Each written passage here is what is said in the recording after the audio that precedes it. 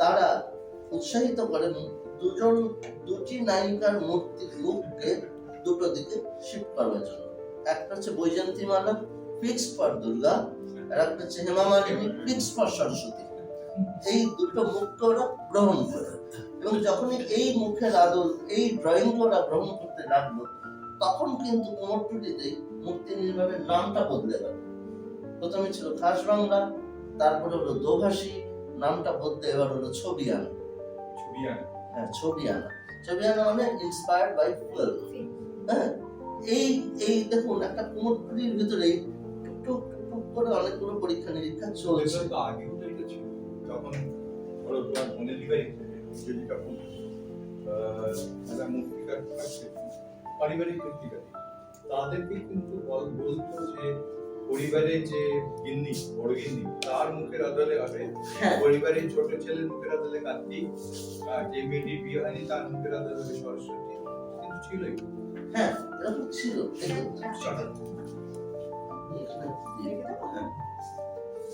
মানে নামগুলো কিভাবে অ্যাডাপ্টেড হচ্ছে সেগুলো বলছি, এবং এই অসিত যে রেফারেন্সটা দিচ্ছেন সেরকমও কিছু রেফারেন্স আপনাদের এবার দিতে যাব। আমি যেহেতু আপনাদেরকে বোঝাতে চেষ্টা করছি যে আমরা যখন একটা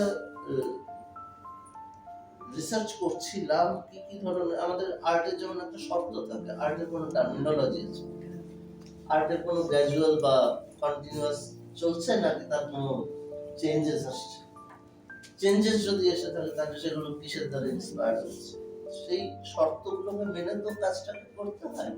সেই শর্তগুলোকে মাথায় রেখে যখন কাজগুলো হচ্ছে, তখন আমাদের কোশ্চেনার থেকে শুরু করে ডেটা কালেকশন থেকে শুরু করে সমস্ত একটা ডিরেক্টিভস এর ভিতর দিয়ে কিন্তু যাচ্ছে। সেই যে যাওয়ার থেকে যেভাবে জিনিসগুলো উঠে আসছে সেগুলো নথিবদ্ধ করা হয়েছে, সেটা সব ক্ষেত্রেই তাই।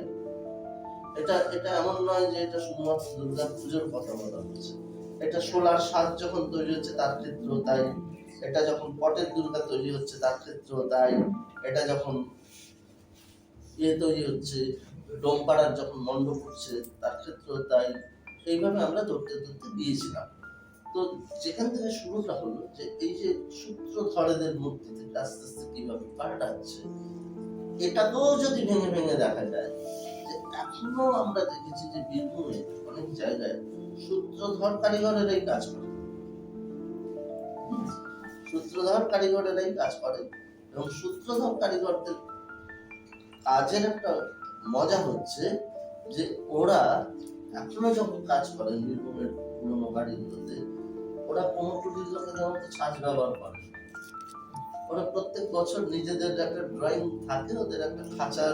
তার ফলে হয় কি যে আপনারা যদি কৃষ্ণপুর, কৃষ্ণনগর এইসব জায়গাগুলোর মূর্তি দেখেন, কুমোরটুলির মূর্তি যদি দেখেন, কুমোরটুলি বছরের পর বছর একটা ট্রেন্ডকে মেনটেন করতে পারে, কিন্তু ওরা সেটা পারে না।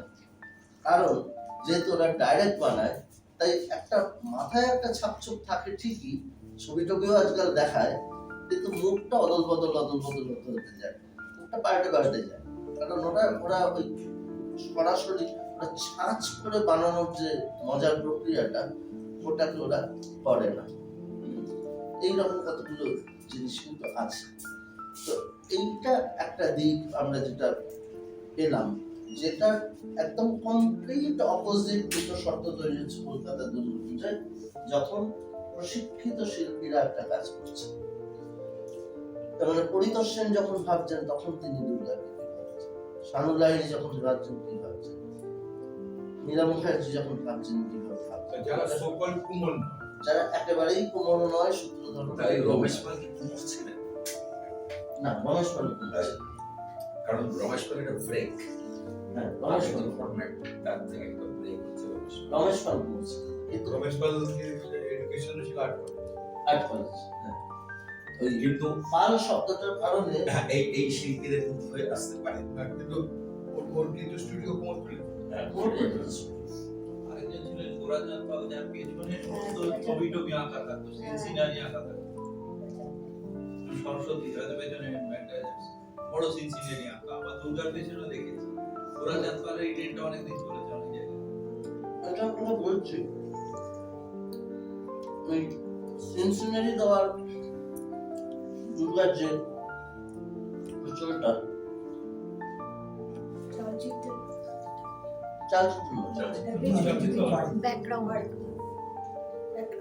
ব্যাকগ্রাউন্ডে সিনসিনারিটা তখন থেকেই আসছে। সিনসিনারি একভাবে ছিল, সেটা চালচিত্র এক ধরনের সিনসিনারি, সেটাতে আসছি। বলার আগে উনি যে সিনসিনারিটার কথা বলছেন সেটা হচ্ছে নাটকের সিনের মতো। আমাদের পাড়ায় ছোটবেলা থেকে পাহাড় তৈরি হতো পদ্মপুকুরে, পাহাড় তৈরি হতো, একটা ছবি ঝর্ণা ঝর্ণা করতো, একটা নদীর গাছ রয়েছে পেছনে, তার সামনে ওগুলো তো অ্যাম্বিয়েন্স তৈরি করা হতো। এটা অন্য কি যে যা এটা তো লাইট সাউন্ড দিয়ে একটা পরিবেশ। অ্যাম্বিয়েন্স এটা অ্যাম্বিয়েন্সের ব্যাপারটা হচ্ছে এইটা কিন্তু শুরুমাত্রা কিন্তু অনেকটাই গোপেশ্বর পালের। গোপেশ্বর পাল প্রথম দেখালেন যে ওর যারা সন্তান সন্ততিরা ফ্যামিলির মধ্যে নেই, ওরা সবাই মিলে যুদ্ধ করছে। গণেশ এরকম করে কিছু একটা ছুটছে, কার্তিকও যুদ্ধ করছে, যৌথ ফ্যামিলিকে ভেঙে যৌথ ফ্যামিলি স্ট্রাকচারটাকে ভেঙে দেওয়া হবে। এটা পূর্ববঙ্গের এফেক্ট, পূর্ববঙ্গের শিল্পীরা যখন এখানে কাজ করতে শুরু করে। কিন্তু আগে পশ্চিমবঙ্গে যে পূর্ববঙ্গে যারা ঠাকুর তৈরি করতেন তারা কিন্তু কখনোই এই অ্যাকচারের বাইরে বেরোতো না, এখনো এখনো বাইরে বেরিয়ে এখনো বেরোতো। গোপেশ্বর পাল বেরোবা অনেকগুলো কাহিনী আছে, প্রথম বার করে ফেলেন। রয়্যাল একাডেমিতে পড়াশোনা করেছেন, ভাঙতে পেরেছেন। আবার কেউ বলেন আগুন লেগে গিয়েছিল, চেঞ্জ করতে গিয়ে ভেঙে গেছে। সেটা দুরকম কথা আছে, কিন্তু যে কারণেই ভাঙাটা হতো না, কারণ ভাঙাটা উনি করেছেন। এই এই এই নথিটা একেবারে ধ্রুব সত্য। আচ্ছা, যদি আমরা ধরে নিই যে আগুন লেগে গিয়েছিল বলে ভেঙে গেছে, সেটাকে যদি ধরে নিয়ে মনে করি যে গোপেশ্বর পালের এ ব্যাপারে কোনো অবদান নেই, এটাকে স্বীকার করে নিয়েও একটা কথা বলতে পারি। ততক্ষণে কিন্তু 1940-41 কিন্তু বিশ্বযুদ্ধটা যখন চলছে, গোপেশ্বর পালের ওষুধগুলো কিন্তু তখন হিটলারের মতো মুখ। হ্যাঁ, এই জায়গাটাতে তো অস্বীকার করা যাবে না। তো অর্থাৎ তিনি কিন্তু ভাবছেন তার মতো, তার হিটলারের মতো মুখ, তার গোপ হিটলারের মতো। এটা এবার এই টুকরো টুকরো ছবিগুলোকে যদি এক জায়গায় জড়ো করি, তাহলে আবার অনেকগুলো সিনারিও ছোট ছোট ছোট ছোট করে ধরা পড়ছে। যে ধরা যাক একটা 23-এর পল্লী পুজোয় আমরা দেখতে পাচ্ছি একদম নন্দলাল বোসের দুর্গা ঠাকুরের ছবি সামনে রেখে ড্রয়িং করা হয়েছে, মূর্তি সেইভাবেই তৈরি হয়েছে। আমরা ললিতকলাকে জমাও দিয়েছি নন্দলাল বোসের ড্রয়িং, আর সেই সময় 23-এর পল্লী সেই মূর্তিটি হুবহু কোথায় এক। হ্যাঁ, জিতেন্দ্রের কাছে। এবং এই জায়গাগুলো কিন্তু আমরা ধরে ধরে ধরে ধরে এই এই পট পরিবর্তনগুলো কিন্তু দেখা যাচ্ছে। এগুলো এই কারণেই বললাম, 80-র দশকের এশিয়ান পেইন্টসের পট পরিবর্তনটা আপনাদের কাছে খুব পরিষ্কার, যেটা এখন নানাভাবে চলছে। তার আগে এশিয়ান পেইন্টস ডিক্লেয়ার হওয়ার আগে একটা বিরাট রকমের শৈল্পিক পরীক্ষা নিরীক্ষা তো নানা দিতে হয়েছে, সেটা তো এ করা যায় মানে অস্বীকার করলে ওদের পুজো আর্টের একটা অঙ্গ কেটে বাদ দিয়ে দেওয়া হবে। হ্যাঁ, এবার একটা গুরুত্ব আছে, কিন্তু এবার দুটোর মধ্যে তফাৎ হচ্ছে, একটা আর্ট ভীষণভাবে টাইম টেস্টেড এখনো পর্যন্ত, আর একটা আর্ট আমাদের শিল্পীরা করছেন এবং যথেষ্ট রকমের গুরুতর রিসার্চ, গুরুতর ভাবনা চিন্তা করেই কিন্তু করা হচ্ছে। আমি বিগত কয়েকটা বছর ধরে পার্থ দাশগুপ্তের সঙ্গে কাজ করতে গিয়ে একটা জিনিসকে বারে বারে লক্ষ্য করছি, একটা হাতে ধরে অভিমুখগুলোকে ধরে ধরে বদল করছে।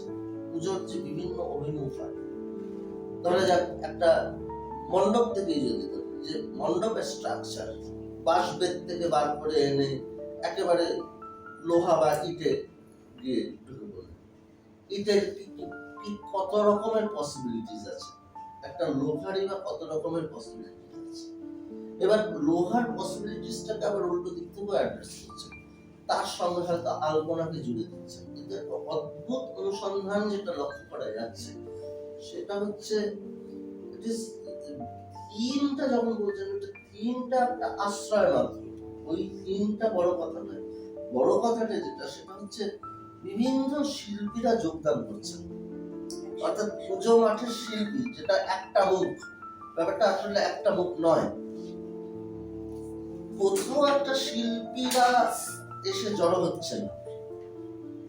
এবং সব থেকে যেটা ভেরি ইন্টারেস্টিং ম্যানার, যেটা যে উনি কোথাও এমনও বলছেন না যে আমার দুর্গাপুজোর থিম অনুসারে শিল্পীকে ছবি আঁকতে হবে, তাও বলছেন না। যখন ওনার সঙ্গে কোনো শিল্পীরা কাজ করছেন, ধরা যাক সুধীররঞ্জন মুখার্জি যখন কাজ করছেন, উনি একবারের জন্য বলছেন না যে আপনার আলপনাটাকে আমার মতো করে পাল্টে দিন, তা নয়। ওনার আলপনাটা ওনার মতোই জারি করবে। উনি ঠিক as if is curator one, যিনি ভেবে নিচ্ছেন যে আলপনাটাকে কোথায় যুক্ত করব, আমি কোথায় যুক্ত করব, কোথায় রাখবো, এই যে বিশেষত্বটা।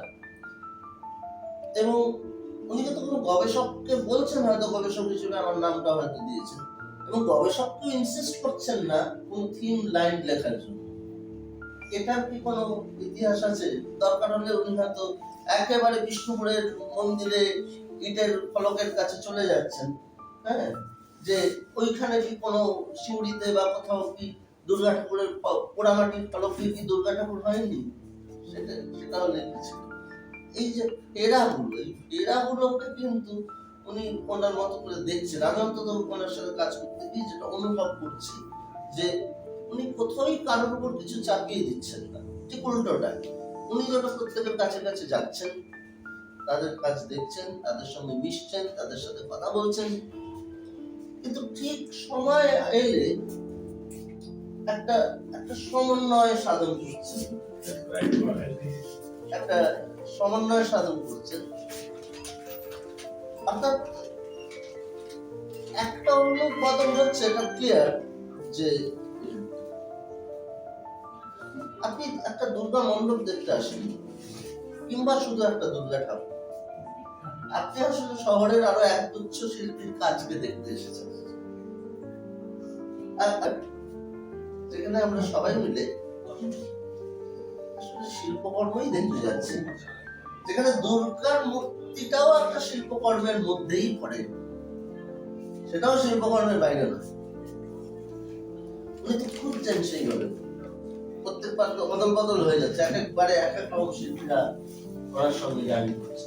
আমার যেমন মনে আছে যে উনি কয়েক বছর আগে যখন কাজ করছেন, সেখানে উনি কোথায় না গেছেন, যারা অসিদ্ধাবক জানেন, পঞ্জিকায় যারা কাজ করেছেন উনি তাদের কাছেও গেছেন, আটসেরান্দিতে যারা কাজ করেছেন তাদের কাছেও গেছেন। উনি ভাবছিলেন যে আটসেরান্দির পটুয়া কিভাবে এলিটিস্ট ঘর থেকে দুর্গা ঠাকুরকে বার করে এনে জনগণের পুজো করেছে, উনি তথ্যটা আবিষ্কার করতে পেরেছেন। ওই জন্যই ওনার কাছে ওই পুজোটা সাধারণ নাগরিকদের পুজো হয়ে যায়, এবং দুর্গা ঠাকুরের ছবি বা রিচুয়ালের ছবি ঘরে ঘরে জনগণের কাছে হাত বদল হতে হতে একটা সময় থেকে আর একটা সময় যারা পৌঁছে দিয়েছিলেন, তারা তো ওই পঞ্জিকার কাঠ খোদাই যারা করেছেন তারাই। চিত্রকলার জার্নি যেটাকে বলি আমরা, একটা হাত থেকে একটা হাত খাবো, একটা হাত থেকে আর একটা হাতে যাওয়া, একটা হাত থেকে একটা হাতে যাওয়া, আর একটা হাত থেকে একটা হাতে যাওয়া, অর্থাৎ নাগরিকের শিল্প, জনগণের শিল্প, সাধারণ মানুষের শিল্প, সাধারণ মানুষ এবং দুর্গা, এই সম্পর্ক সাধনটা কোথাও করবার জন্য কখনো হাটসেরান্দির কাছে যাচ্ছেন, কখনো এর কাছে ফিরছেন, পঞ্জিকার কাছে ফিরছেন, কিন্তু ম্যাটার ইজ নট লাইং দেয়ার। এবার হচ্ছে শৈল্পিক পরীক্ষা নিরীক্ষাটা কোথায়? শৈল্পিক পরীক্ষা নিরীক্ষাটা আমার যেটা চোখে পড়েছে ব্যক্তিগতভাবে, সেইটা হচ্ছে এরকম, উনি কোর কতগুলো জায়গাকে আবিষ্কার করেছেন এবং তার একটা রূপান্তর হচ্ছে। কাঠ খোদাইয়ের শিল্পীরা যারা পঞ্জিকাতে কাঠ খোদাই করে ছবি এঁকেছেন, তাদের ছবিগুলোকে গ্রহণ করছেন কিন্তু ছাপছেন না। ওনার সঙ্গে যারা শিল্পীরা কাজ করছেন, তারা কালি তুলি দিয়ে ওই ছবিগুলোকে করছেন, কালী তুলির মধ্যে সাদা কালোর দ্বন্দ্বটা ধরছেন, এবং কালী তুলির ছবিতে যখন লাইন গুলো ওরা টানছেন আর্টিস্টরা, দেখেছি যে আমি সায়নদীপকে লাইন টানতে দেখেছি এরকম করে, লাইনটা যখন টানছে তার প্রত্যেকটা লাইনের গ্যাপ কিরকম, লাইনের গ্যাপটা বড় হলে কি দাঁড়ায়, ছোট হলে কি দাঁড়ায়, এটাও যেমন আনছেন। তার পাশাপাশি এই লাইনটাকে রেখে যদি কোনো স্ট্রাকচার করতে হয়, এখানে ছোট ছোট ছোট ছোট লাইনটা যাচ্ছে, এটার জন্য উনি বাঁশ বেতের কাছে ফিরে গেলেন, টানছে লাইনটা, বাঁশের কঞ্চিগুলো যেন পরপর পরপর পরপর পরপর যদি বসিয়ে দেওয়া যায়, দূর থেকে দেখতে মনে হবে কাঠ খোদাই করাই একটা স্ট্রাকচার, তার একটা মনুমেন্টাল, তার একটা এনলার্জড রূপ।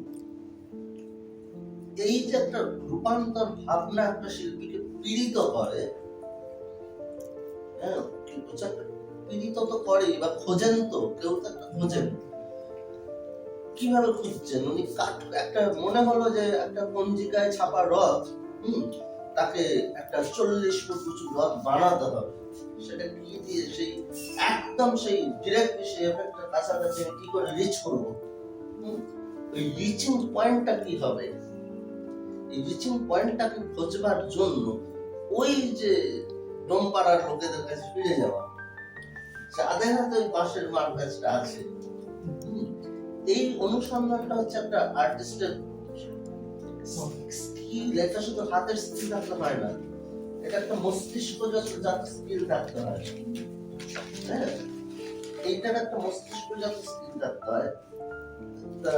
এই আমি জানি না, আমি এই কথাগুলো কোনোদিন দেখতে পেরেছি কিনা, বা এটার সাথে কিন্তু ধর তুমি যেটা বলছো ত্রিমাত্রিকতা ছিল ছবি, হ্যাঁ কিন্তু এটাকে আবার ত্রিমাত্রিক ইয়েতে নিয়ে ওই পাশের পঞ্চি কিন্তু লাইনটাকে ফাইন করে পুরো ইমেজটাকে ত্রিমাত্রিক ইয়েতে টোটাল ইয়েটা আসছে পরিষ্কার হচ্ছে। সেটা তো একেবারেই তাই। গত বছর আমরা যখন কাজ করছিলাম মূর্তি, মানুষটা এমন নয় যে কলকাতার মূর্তি নিয়ে উনি নিজে কিছু ভাবছিলেন, উনি নিজে অনেক আগে থেকে ভাবছিলেন, সেটা দেখাও গেছে, উনি নিজে ভাবছেন।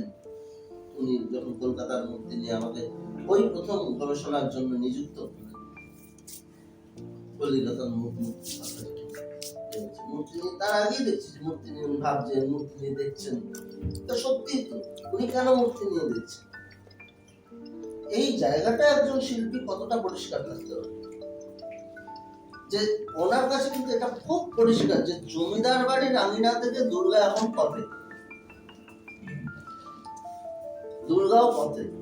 এবার তাই বেস্ট অপশন হচ্ছে পথের মূর্তিকে ইয়ে করা, ট্র্যাক করা, এবং পথের মূর্তি জনসাধারণকে কিছু মেসেজ দেয়। অর্থাৎ এইবার কিন্তু আর ব্যাপারটা থিমের মধ্যে রইল না, এবার কিন্তু থিম নেই, এইটা বোঝার যদি একটু বড় পরিবর্তনের জায়গা থাকে, এটাও একটা বড় পরিবর্তনের জায়গা। এবার কিন্তু থিম নেই, এবার কিন্তু থিম নেই, আমাদের এবারের থিমেই আমরা গাছ বাঁচাতে চাই,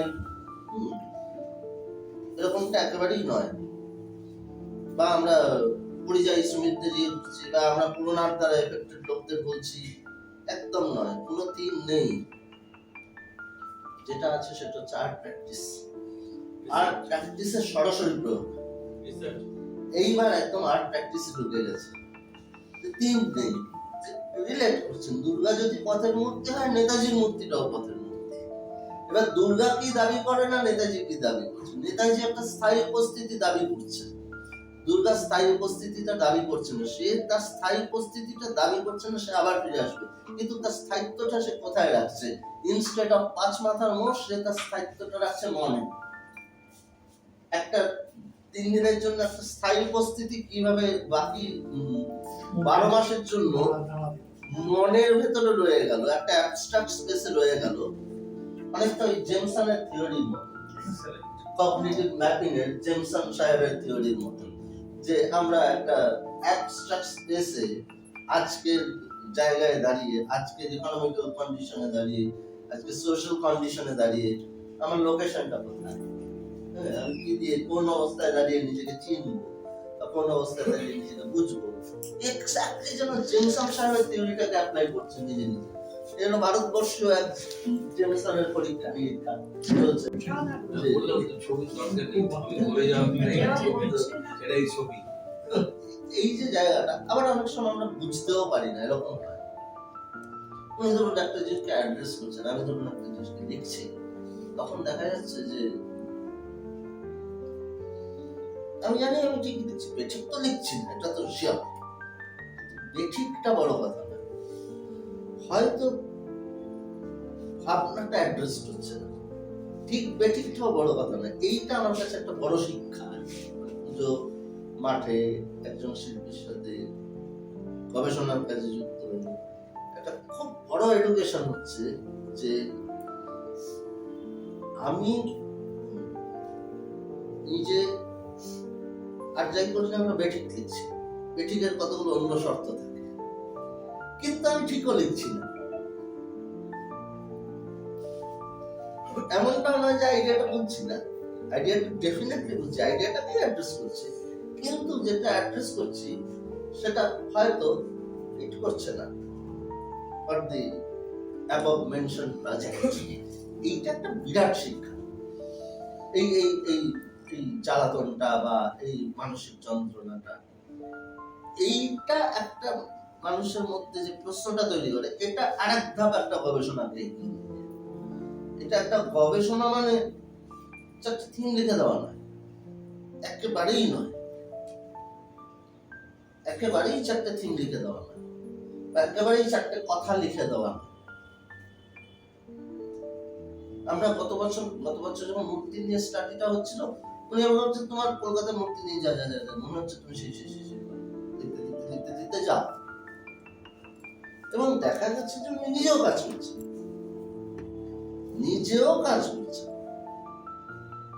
যে কোন মূর্তি কত সালে বসেছে, কোন মূর্তি কত সালে উৎপাটিত হয়েছে, হ্যাঁ, এই যে মূর্তিটা কত সালে বসেছে এবং মূর্তিটা কত সালে উৎপাটিত হয়েছে, স্থান বদল না, উৎপাটিত হয়েছে। এই শব্দটা যখনই তৈরি হলো, তার মানে হচ্ছে ব্রিটিশ যুগে বসেছে, পোস্ট ইন্ডিপেন্ডেন্স এটাতে উৎপাটিত হয়েছে। ওই উৎপাটনের মধ্যে বাঙালির ব্রিটিশ রাজকে উৎপাটন করার একটা ইয়ে লুকিয়ে আছে।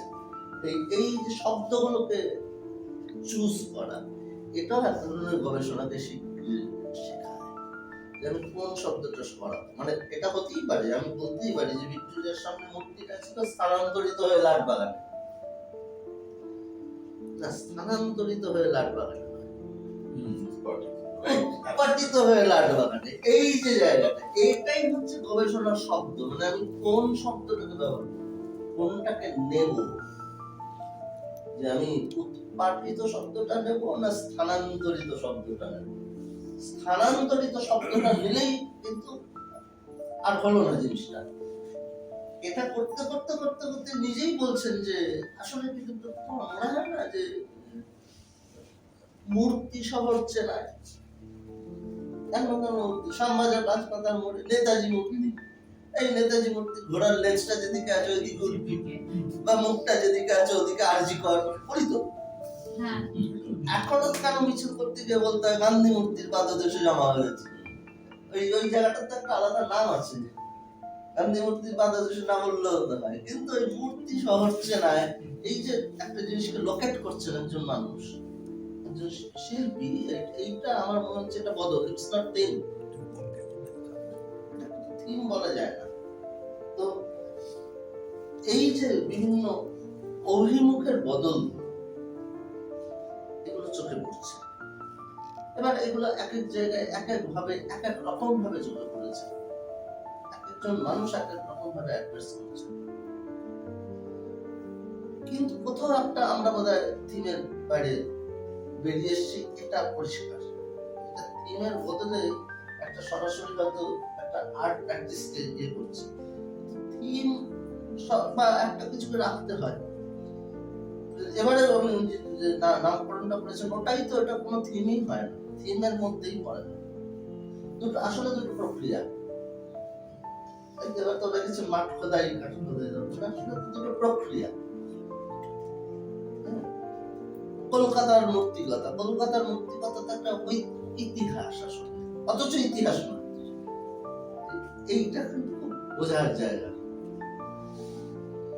বলছে না তো কলকাতার মূর্তি কথা, কিন্তু আসলে কলকাতার মূর্তি কথা মানে মূর্তির ইতিহাস নয়, মূর্তির কথা। মূর্তি যে কথাটা বলছে, এই মানে মূর্তি কথাটাকে আমি কিভাবে ট্রিট করবো, মূর্তির কথা না মূর্তির ইতিহাসের কথা, না মূর্তি যে কথাটা বলছে সেই কথাটা কি কলা কৌশলে আছে সেটা। গান্ধী মূর্তির পাদদেশে গিয়ে গান্ধীর ছবিটা, গান্ধীর পুরো ছবিটাকে নেয়নি। গান্ধী যে ওই চটি পরে যে চলে যাচ্ছে এবং চটির সঙ্গে পায়ের উঠে থাকার এই দৃঢ়তাটা, এইটাকে নিচ্ছে। অর্থাৎ ওই মূর্তি, ওই শহীদ ক্ষুদিরামের বা ওই জাতীয় কোন একটা মূর্তির পিছন দিকে যে ঘটনা, পিছনের হাতটা যে কথাটা বলছে, সেই হাতটা কিন্তু মারাত্মক। সেই যে বাঁধা হাতটার মধ্যে আঙ্গুলের যে চালনাগুলো, ওই আঙ্গুলি চালনার মধ্যে যে তার অন্য কাউকে একেবারে গলার টিপে ধরার জন্য যে আঙ্গুলটা নিষ্পিস করছে, ওই নিষ্পিস শব্দটাকে পড়া যায়। ওইটা হচ্ছে গবেষণার জায়গা, যে আমরা কি পড়ছি। গান্ধীর ওই পাটা উঠে আছে, চটিটা খানিকটা বেরিয়ে যাচ্ছে, পাটা এরকম ভাবে উঠে যাচ্ছে, এই যে উঁচু হয়ে যাচ্ছে। এই উঁচু হয়ে যাওয়ার মধ্যেই একটা জিনিস বোঝা যায় যে তার দৃঢ় পদক্ষেপ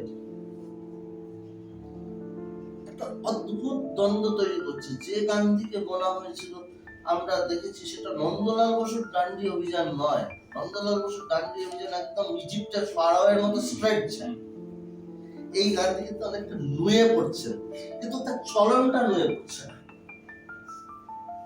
ব্যক্তি শরীরটা হয়তো ক্লান্ত, কিন্তু চলনটা নুয়ে পড়ছে না। একটা ক্লান্ত ব্যক্তি শরীরের চলনটা, যে তার মাথাটা দিয়ে যে তার চলনটা ডিটারমাইন্ড হয়, এইটা কিন্তু শিল্পী ধরে দিয়েছে। এটা বোঝাই যেত না যদি না বিজয় চৌধুরী এবার ছবিগুলো দেখাটা অনেক স্বচ্ছ হয়, নিজেকে ছোট করতে পারলে বোঝাটা অনেক পরিষ্কার হয়। তাই গবেষণা এই প্রথম আমাকে শিখিয়েছে যে নিজেকে ছোট করো। নিজেকে গবেষক হিসেবে বড় হওয়ার কোনো মানে নেই। নিজেকে যত ছোট করা যাবে তত বেশি পিঁপড়ের মতো, লাল পিঁপড়ের মতো অনেক কোনা খামচি গলি গুজি গুছির ভিতর ঢোকা যাবে, তত বেশি দেখা যাবে, তত বেশি নিজেকে বোঝা যাবে। এইটা কিন্তু একদম পরিষ্কার। এই জায়গাটা আজকে যদি আপনারা বলেন যে আমি গবেষক মানেনি, আমি গবেষক দুটো জিনিস শিখেছি, সেটা গুলোকে বললাম। যেটা শিখেছি যে এই এবার বোধহয় একটু নিজেকে ছোট করার সময় এসেছে, তাহলে অনেক কিছু বড় করে ধরা দেয়। আর যখনই অনেক কিছু বড় করে ধরা দেয়, সেটা অনেক স্পষ্টতর হয়। বলি আমি আমার কথা শেষ করছি। এটা অপূর্ব। এটা মুগ্ধ করে দিতে পারে। আমি বলবো একটা কথা, এবারে ভিডিওতে আমি কখনো চোখে ভিডিও দেখবো, চোখটা তুমি আরো খুলে দিই, নিশ্চয়ই। তাই না? একেবারে নিজের ছবি তো একটা গবেষকতা, নিজের ছবি তো নিঃসন্দেহে দিল, না, ও তো বিরাট কোনো কথা না। ওই যে ব্যাখ্যাটা দিল, আমরা এই ব্যাখ্যাটা দিল, এই জন্য কারণ করেছিল। এই রেডি কিন্তু যেখানে আমরা অরবিন্দের মূর্তিটা রেখেছি, সেখানে কি উৎপাদন করতে পেরেছি? তার সার্কামস্টান্সেসের মধ্যে যে সমস্ত মূর্তিগুলো আছে, সেটা কি মিলছে? সেটা তো অন্ধবিশ্বাস। সেটা তো না, না, সেখানে আছে। আমি ওটাকে বলছি না, আমি বলছি যে অরবিন্দের মূর্তিটা ওইখানে বসিয়ে অরবিন্দ মূর্তিটা যেখানে আছে, তার চারপাশে ব্রিটিশরা চারটে জিনিসকে অ্যাড্রেস করছে। চারপাশে চার ধরনের গুচ্ছ মূর্তি আছে। একটা গুচ্ছ মূর্তিতে আছে পেমেন্ট রিলিফ, একটা গুচ্ছ মূর্তিতে আছে কমার্স, একটা গুচ্ছ মূর্তিতে আছে আপনার এগ্রিকালচার। এরকম কিছু গুচ্ছ মূর্তি আছে। তার মধ্যে সব থেকে ইম্পর্টেন্ট গুচ্ছ মূর্তিটা হচ্ছে পেমেন্ট রিলিফ। এই ফেমিন রিলিফটা আমার কাছে এই কারণেই খুব ইম্পর্টেন্ট মূর্তি। তার কারণ হচ্ছে যে যারা নিজেরা ফেমিনটা তৈরি করছে তারাই বলছে আমি ফেমিনটাকে রিলিফ দিতে এসেছি। যারা আমাদেরকে অশিক্ষিত করে রাখতে চেয়েছে তারাই বলছে আমি তোমাকে শিক্ষার আলো দিতে এসেছি। আমাদের চাষবাসের দেশ গ্রাম বাংলাকে তারাই বলছে আমি তোমাকে ফার্মিংটা শেখাচ্ছি। আমাদের মতো অর্থবিত্তশালী বাংলার ভূমিকে তারাই বলেছে যে তোমরা আসলে কমার্সটা কিছু বোঝো না। অ্যাকচুয়ালি এই ধরনের কিছু মূর্তি এক্সেপ্ট ফেমিন রিলিফ মানে কমার্স, তারপরে এগ্রিকালচার, সায়েন্স, এই ধরনের সেরামিক্স এর মূর্তি রয়েছে রাইটার্স বিল্ডিং এর মাথায় এবং লেখাও আছে। তার মধ্যে সব থেকে ইন্টারেস্টিং পয়েন্ট হচ্ছে এইটা। আর তিনটে একটা রিলিফ স্কাল্পচার আছে, তার মধ্যে একটা রিলিফ স্কাল্পচার হচ্ছে ভিক্টোরিয়া মেমোরিয়াল, একটা রিলিফ স্কাল্পচার হচ্ছে তাজমহল, আর একটা রিলিফ স্কাল্পচার হচ্ছে ওই করোনেশন, অরবিন্দের তলায় যে রিলিফ গুলো আছে। না ওখানে আছে করোনেশন দিল্লি দরবার, অবশ্য দিল্লি দরবার তো করোনেশন। এবার এটা যেটা করা হচ্ছে অন্যান্য বেদিগুলো ছিল নিরপেক্ষ বেদি, তাই গভর্নমেন্ট সেই বেদিগুলোকে আর নষ্ট করেন না করে মূর্তিগুলোকে বসিয়েছে। যেখানে যেখানে আর্টিস্ট ডিমান্ড করেছে বেদি বসাতে হবে সেখানে সেখানে গভর্নমেন্ট বেদি তৈরি করেছে। কিন্তু মজার কথা হচ্ছে একজন লোকের নাম না বলেই নয়,